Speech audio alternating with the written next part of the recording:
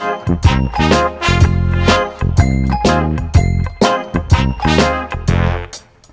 got news for you.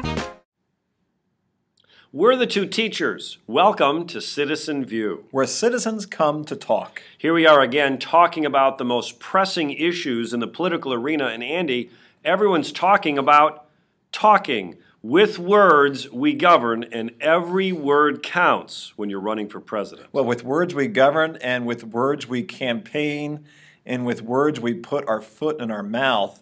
Everyone's talking about what was not said in Obama's speech, what was not said in Romney's acceptance speech, and now they're looking at what are the gaffes that the candidates are making on the campaign trail. You know, it's funny, Andy, there's an old maxim in our business, which is you campaign in poetry and you govern in prose.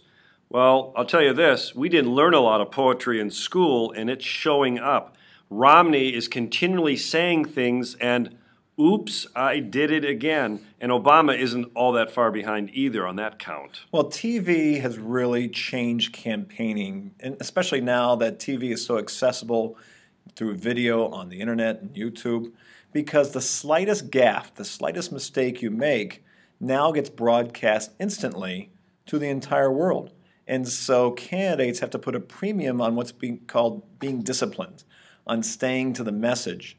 But what's happened is, when candidates are candid, when they actually say what they mean off the cuff, it becomes a news story. Think about back in, 2008, where former Senator from Virginia, Allen, used the macaca word in a kind of a throwaway line. He was sitting under a tree talking maybe to 3 or 4 people, it seemed, disqualified him from the race.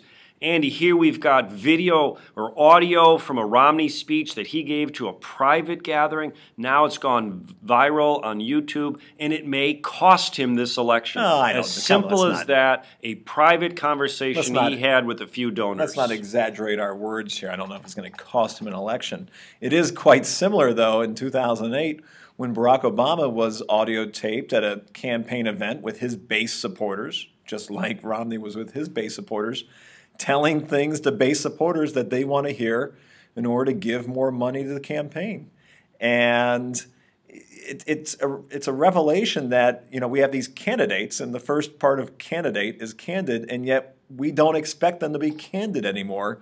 When they are candid, we harp on them for saying it like they see it. And that's how much campaigns have changed with the invention of sound bites, of sticking to that 15-second clip, and also the invention of the stump speech that candidates rarely veer off of. Well, Andy, you're right. Campaigning has become so much more relational. It's less about the cerebral platform of the political party, and it's more relational. We vote for personalities. What do they say when I'm not listening? See, we're curious about those private conversations, their private habits.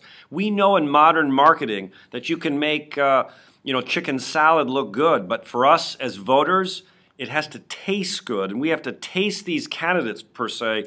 And what are they really like? We're less interested in that formal platform and more interested, what does Romney say when he's in private with his friends? That matters. Words matter. In terms of connecting the candidates, really, Richard Nixon revolutionized this with the Checkers speech, where he talked about the dog Checkers and whether it was part of a campaign financing scandal and referenced his modest lifestyle. And you see that commonly now with the candidates appearing on David Letterman, appearing on the Kelly Ripa show, trying to connect with ordinary Americans to say, listen, I'm just like you. Although I don't believe it. And I don't think we should believe it, because these are, no matter whether you're talking about Romney or Obama, these are part of the elite in terms of how they are educated, who they hang out with, and in many ways in their lives, they're not like that ordinary American. You know, ironically, this access that we have through Twitter and YouTube should increase our political efficacy. Whether it will in the long run is somewhat of a debate. But Andy, it's not that much different than a college student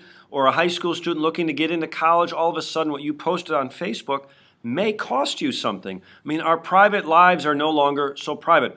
Andy, we are reminded of that great maxim from Mark Twain, who said, the difference between the right word and the almost right word is the difference between the lightning and the lightning bug.